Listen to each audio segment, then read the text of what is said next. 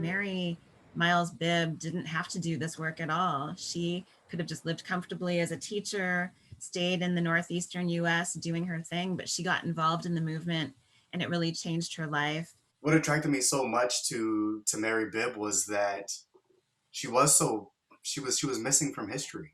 When Henry, her husband, published his autobiography in 1849, The Narrative of the Life and Adventures of Henry Bibb, it was written at a register that was very literary, but we definitely notice the difference in register, the difference in language and grammar and spelling and all of that stuff between his correspondence when he was writing a letter to someone, which he did very often, or in his publications, like the things that he wrote in the Voice of the Fugitive newspaper, or the things that he wrote in his autobiography. And many of us really detect Mary's fingerprints all over that work.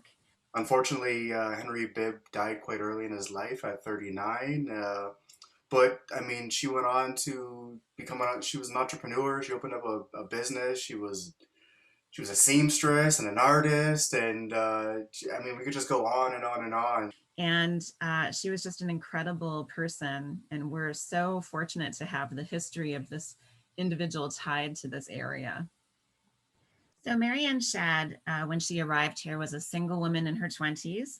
Ancestor Mary Ann Shadd, just a juggernaut of revolutionary, like so radical in that time. She wrote to the North Star, you know, to let folks know that we need we need less talk and more action, kind of thing. You know, the whole time that she was here, she was continuing to engage in her activism, not only about the evils of slavery or assisting refugees from slavery as they were then considered, or dealing with white supremacy, although those were very important things, but she was also fighting against misogyny and misogynoir.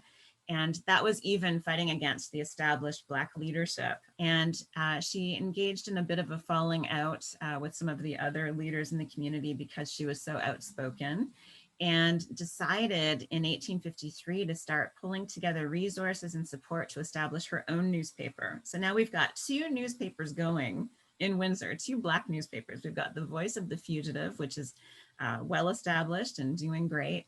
And then she forms the Provincial Freeman. And these newspapers were absolutely essential in helping to turn public opinion away from the previously prevailing sense or pervasive sense that people who had been living in slavery couldn't make it on their own and that there was no hope for them. The Voice of the Fugitive, you know, that was a platform, you know, for fundraising for the refugee home society. But they it seemed as though, you know, they were also interested in like this government funding and like building community that way. And and Mary Ann Shadd was on the other side of it. You know, looking at their stories and how uh, Mary Bibb and Mary Ann Shadd had these paralleled experiences, but you can see they were coming from different sort of political spaces, different ideologies, and that still happens today. You know, there's one camp that's like really looking toward like the integration, and there's one camp that's saying, you know, we have to build something ourselves before we start to reach out into the community. You know, so I'd say it's kind of like the early Dr. King Malcolm X sort of thing. You know, one camp is, you know, we need to come together.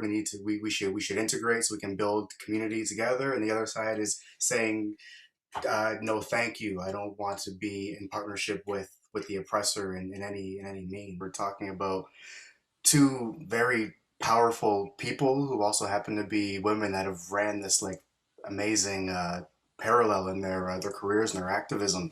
Like these are astounding. Like these are big accomplishments, and like this brings it like home into our community.